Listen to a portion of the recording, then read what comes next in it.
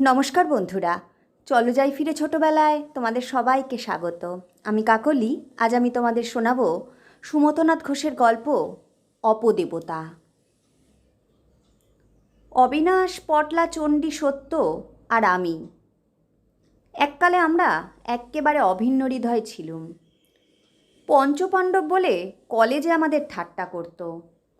আমাদের এই 5 জনের মধ্যে একমাত্র অবিনাশই চাকরির খাতিরে দল ছাড়া হয়ে গিয়েছিল।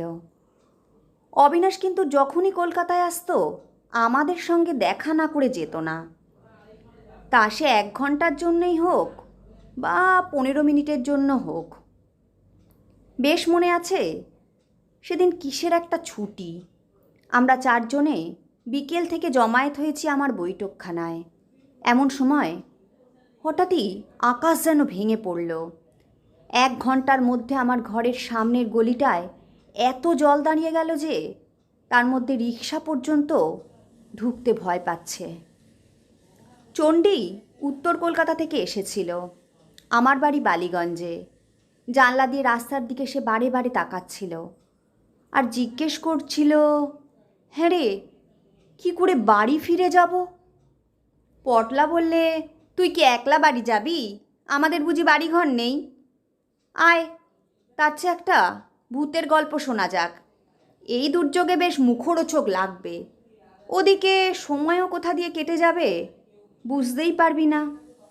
ওসব এখন ভালো লাগছে না। তাছাড়া ভূত ফুত আমি বিশ্বাস করি না কোনো দিন, জানিস তো। বলে সে মুখটা বেঁকালো। ঠিক সেই সময় ঠক ঠক করে দরজায় শব্দ হলো। বাইরের দরজাটা যেমন খুলেছি, দেখি অবিনাশ। অবিনাশ, তুই এই দুর্যোগে এলি কি করে? সবাই একসঙ্গে সে কথা জিজ্ঞেস করতে সে বললে, কেন? হেঁটে? ভগবান পা দুখানা দিয়েছে কি করতে? আমরা পুলিশের লোক, তাই মফস্বলে থাকি। এই রকম দিনেই আমাদের কাজ ভালো হয়। পটলা বলে, ওসব গল্প এখন রাখ ভাই।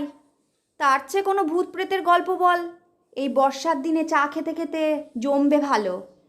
শুনেছি পল্লীগ্রামের ভাঙা বাড়ি, বন জঙ্গল, শেওড়া গাছে নাকি যত সব ভূতের আড্ডা। হেসে উঠল অবিনাশ। 14টা বছর ধরে বাংলাদেশের কত গাঁয়ে ঘুরলুম, কিন্তু একটা ভূতও কখনো দেখিনি। বলে চায়ের পেয়ালাটায় শেষ চুমুক দিয়ে নিয়ে বললে, তবে হ্যাঁ, দেখিনি বললে একেবারে মিছে কথা বলা হবে। দেখেছি, তবে তোমাদের এই বাংলাদেশের পাড়াগাঁয়ে নয়, মধুপুরের ফুলবাগানে। আরে কীরকম শুনি শুনি। সবাই এবার কৌতূহলী হয়ে ওঠে। সে এক বিচিত্র অভিজ্ঞতা বলে অবিনাশ আরম্ভ করে দিলে। সেবার মধুপুরে চেঞ্জে গিয়েছিলুম সপরিবারে। 52 বিঘেতে ঢুকতেই বাঁ হাতে এক চমৎকার বাংলো পেয়েছিলুম।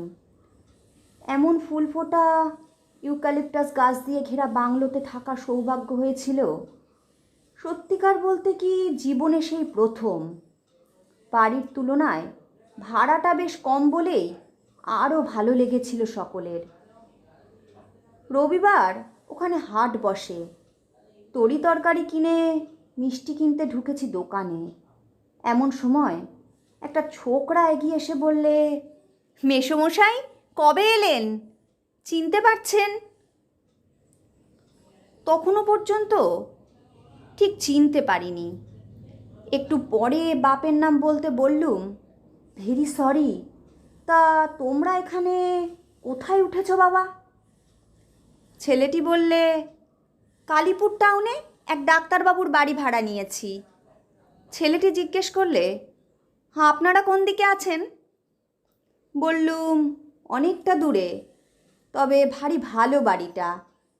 এসো না বাবা একদিন বিকেলের দিকে বেড়াতে। হ্যাঁ হ্যাঁ, যাবো মেসোমশাই। বলে ছেলেটি শুধালো, আপনাদের বাংলোটার কি নাম? বললুম, পাইন ভিলা। কিন্তু নামটা শোনা মাত্র ছেলেটির মুখটা যেন কেমন গম্ভীর হয়ে গেল। তারপর একটু থেমে বললে, সেই লাল রঙের পাঁচিল ঘেরা বাড়িটা, চারদিকে ইউক্যালিপটাসের গাছ আর ভেতরে সুন্দর ফুলের বাগান তো? বললুম, রাইট। তুমি চেনো নাকি বাড়িটা? হ্যাঁ, আমিও ওই বাড়িটা পছন্দ করেছিলুম, কিন্তু রিক্সাওয়ালাটা নিষেধ করলে। বললে, অমন সুন্দর বাড়িটা তালাবন্ধ পড়ে আছে, ভাড়া হয় না কেন বুঝতে পারছেন না? এতে অপদেবতা আছে। হেসে বললুম, আমি পুলিশের লোক, ভূতে ভয় পাই না। তবে শুনেছি এখানে রিক্সাওয়ালাগুলো কমিশন পায় ভাড়াটে ধরে দিলে বাড়িওয়ালার কাছে। তুমি ছেলে মানুষ, তাই তোমাকে ওই বলে অন্য বাড়িতে নিয়ে গেছে। ছেলেটি এবার কণ্ঠে বিস্ময় চেপে বললে, আপনি তো 3 রাত্রির কাটিয়েছেন না? সেরকম কিছু বুঝতে পারেননি?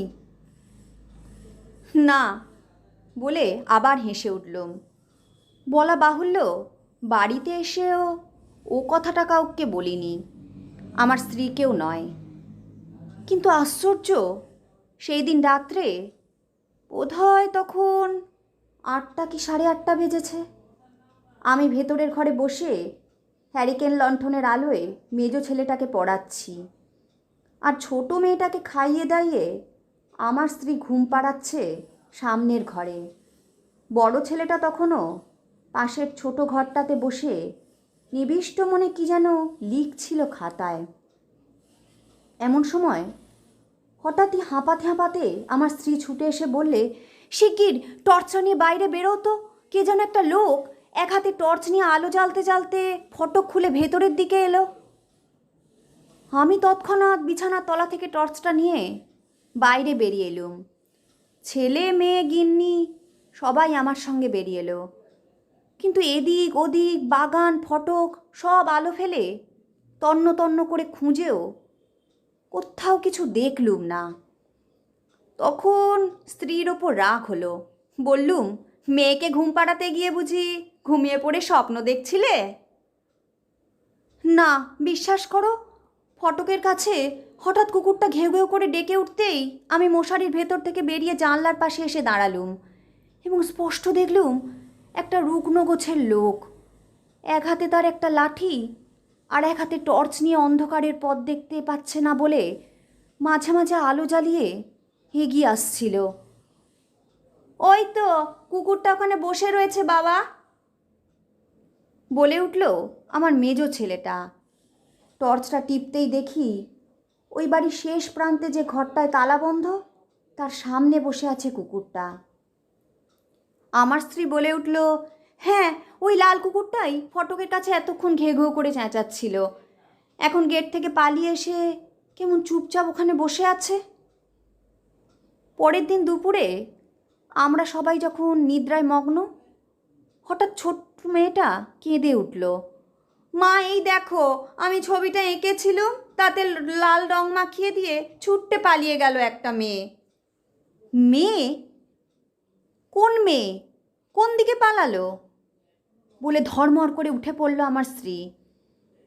কিন্তু সব দরজাই তো বন্ধ, কোন দিক দিয়ে মেয়ে ঢুকবে? তাই ধমকাতে লাগলো তাকে, মিছে মিছে আমার ঘুমটাকে ভাঙিয়ে দিলি। তারপরে বললে, দেখি তোর ছবিটা। কিন্তু ছবি দেখে একেবারে হতভম্ব।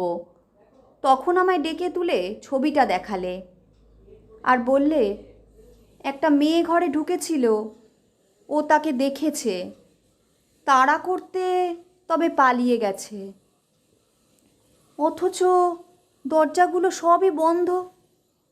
এই বলে একটু থেমে আমার মুখের দিকে চেয়ে বললে, এ বাড়িতে কি তবে ভূত আছে? আমি ধমক দিয়ে তাকে থামিয়ে দিলুম, বাজে কথা বলো না তো, ছেলেমেয়েরা তাহলে ভয় পাবে। সেদিন সন্ধ্যা তখনও হয়নি, সবে অপরাহ্নের শেষ আলো পশ্চিম আকাশের গা থেকে অদৃশ্য হয়েছে। এমন সময় বাগান থেকে কতগুলো ফুল তুলে ঘরে রাখতে গিয়ে ছুট্টে বেরিয়ে এসে আমার স্ত্রী বললে, এ বাড়িতে নিশ্চয়ই ভূত আছে। তার সারা দেহে কাঁটা উঠেছে, গলার স্বর থরথর করে কাঁপছে। বললে, আমি স্পষ্ট দেখেছি, বিশ্বাস করো, ওই পাশের ঘরটায় বড় খোকা লেখাপড়া করে যে টেবিল চেয়ারে, ঠিক সেইখানে বসে একটা লোক কি যেন লিখছিল। আমি ফুলগুলো খোকার টেবিলে রাখতে যাচ্ছিলুম, হ্যাঁ এমন সময় দরজার ফাঁকে চোখ পড়তেই, ওরে বাপরে! এবারে কি বলে সান্ত্বনা দেব? যখন ভাবছি, সে বলে উঠল, হ্যাঁ এ বাড়িতে আর নয়, কালই এখান থেকে চলো অন্য কোথাও। কেবল আমি নয়, তোমার ছোট মেয়েটাও তো দেখেছে। কথা হলো, পরের দিন আমরা সকালে বাড়ি খুঁজতে বেরোবো এবং বাড়ি পাওয়া মাত্র মালপত্র নিয়ে উঠে যাব। কিন্তু সেই দিন রাত্রে যাকে বলে ক্লাইম্যাক্স, এক্কেবারে চূড়ান্ত ঘটে গেল। পটলা সাগ্রহে বলে উঠল, কীরকম? আমরা সবাই এবার একসঙ্গে বলে ফেললুম, এ তোমার বাগবাজারি গুল। টেবিলে ঘুষি মেরে অবিনাশ বলল, সেদিন রাত্রে আমার স্ত্রী বললে, দেখো একটা অদ্ভুত ব্যাপার ঘটেছে, ই কেমন করে যে সম্ভব আমার তো কিছুতেই মাথায় আসছে না। বড় খোকা 3-4 দিন ধরে ওই ঘরে বসে যে গল্পটা লিখেছে, তুমি পড়লে অবাক হয়ে যাবে। যেমন তার ভাষা, তেমনি স্টাইল, তেমনি প্লট। পড়লেই মনে হয় কোনো পাকা হাতের লেখা। অথচ বড় খোকা স্কুলের ম্যাগাজিনে যে 2-4টে গল্প লিখেছে, সবই কাঁচা লেখা, সবে তো শুরু করেছে। অবিনাশ একটু থেমে আবার বললে, তাহলে তুমি কি বলতে চাও? আমার স্ত্রী তখন যা বললে তা শুনে আমার গায়ে কাঁটা দিয়ে উঠল। সে বললে, ঠিক ওই গল্পটা প্রবাসী পত্রিকাতে বছর 8 আগে বেরিয়েছিল, হুবহু এই প্লট, এই ভাষা আর এই লেখা। জিজ্ঞেস করলুম, তা কেমন করে হয়? এদিকে তোমার ছেলে বলছো 3-4 দিন ধরে নিজে ওটা লিখছে। হ্যাঁ, সেটাই তো ভাবনার কথা। তাহলে কি এই গল্পের লেখকের মৃত্যু হয়েছে? সে ভূত হয়েছে? পটলা বললে, সত্যি খুব জমিয়েছিস। তারপর কি করলি? কি করে বুঝলি যে ওটা ভূতের লেখা? অবিনাশ বলল, শোন। পরদিন সকালে মালিটাকে গিয়ে চেপে ধরলুম। বললুম, এ বাড়িতে ভূত আছে সবাই বলে কেন? সত্যি কথা বলো। ও তখন বললে, অনেক দিন আগে একটা বাবু এইখানে অসুখ নিয়ে এসেছিল। সে কেবল কাগজ কলম নিয়ে ওই ঘরটায় বসে কি লিখতো। দিন রাত তার ওই এক কাজ, লেখা লেখা লেখা। তারপর এইখানেই লোকটা মরে গেল। সেই থেকে বাবু এ বাড়িতে যারা ভাড়া আসে তারাই 2-1 দিন থেকে পালিয়ে যায়। একজনটা 15 দিন ছিল, তাদের একটা ছোট মেয়ে ছাদ থেকে পড়ে মরে যায়। তারপর থেকে এ বাড়িতে আর কেউ লোক এসে থাকেনি। আমি এবার বললুম, এর থেকে কি করে বুঝলি এ গল্পটা সেই ভূতের লেখা? অবিনাশ বললে, তারপরই কলকাতায় গিয়ে আমার স্ত্রী পুরনো প্রবাসীটা খুলে দেখে, হুবহু এক্কেবারে মিলে যাচ্ছে। তখন সেই গল্পের লেখকের নাম দেখে আমার স্ত্রী চমকে ওঠে। এ যুগের একজন খ্যাতনামা লেখক তিনি। বললুম, কিন্তু তিনি তো বেঁচে আছেন। হ্যাঁ, সেইখানেই তো আসল রহস্য।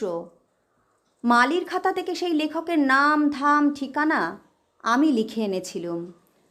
একদিন খুঁজে খুঁজে নদে জেলার ঘূর্ণি গ্রামে সেই ঠিকানায় গিয়ে হাজির হয়ে লেখকের মাকে খুঁটিয়ে খুঁটিয়ে জিজ্ঞেস করে জানলুম, ওর ছেলের সাহিত্যিক হবার শখ ছেলেবেলা থেকে ছিল, কিন্তু গরিব বলে কেউ তাকে আমল দেয়নি। এখান থেকে কাগজে পত্রপত্রিকায় যত লেখা পাঠায় সব ফেরত আসে, একটাও বেচারি ছাপা দেখে যেতে পারেনি। তখন হতাশ হয়ে আর লেখা কোথাও পাঠাতো না, শুধু নিজের মনে লিখে যেত ঘরে বসে। এইভাবে মন গুমড়ে থাকতে থাকতে একদিন তার যক্ষ্মা রোগ ধরল। তাকে নিয়ে চলে গেলুম হাওয়া বদল করতে। সেইখানে একদিন তার সঙ্গে স্কুলে পড়তো এক বড় লোকের ছেলের দেখা হয়ে যায়। তার কাছে সে সমস্ত লেখাগুলো দিয়ে বলে, আমার জীবন তো শেষ হয়ে এলো, হয়তো বেশি দিন বাঁচব না। তুই বড় লোক, শহরে থাকিস, অনেক লোকের সঙ্গে জানাশোনা আছে। যদি একটা গল্প কোনো রকমে মৃত্যুর আগে ছাপা দেখে যেতে পারি, তাহলে সুখে মরতে পারবো। না হলে এই লেখাগুলো সব গঙ্গার জলে ভাসিয়ে দিস। অবিনাশ এবার একটু থেমে বললে, আমি তখন তার সেই বড়লোক বন্ধুর নামটা কি জানতে চাইলুম। অনেকক্ষণ ধরে চিন্তা করে বুড়ি তখন যে নামটি বললেন শুনে আমার গাটা রোমাঞ্চিত হয়ে গেল। এক্কেবারে হুবহু সেই ব্যক্তির নাম, যিনি আজ এ যুগের একজন খ্যাতনামা লেখক বলে দেশে সুপরিচিত। এই বলে অবিনাশ চুপ করলে। আমরা সবাই স্তব্ধ হয়ে শুধু তার মুখের দিকে তাকিয়ে রইলুম। কেমন লাগলো বন্ধুরা? গল্পটা যদি তোমাদের ভালো লাগে তাহলে অবশ্যই লাইক, শেয়ার, কমেন্ট করো কিন্তু। আর আমার চ্যানেলে যারা নতুন বন্ধু তারা আমার চ্যানেলটা সাবস্ক্রাইব করে নিও, আর পাশে থাকা বেল আইকনটা বাজাতে ভুলো না যেন। আজ তবে আসি, আবার আসবো আগামী পর্বে অন্য কোনো গল্প নিয়ে।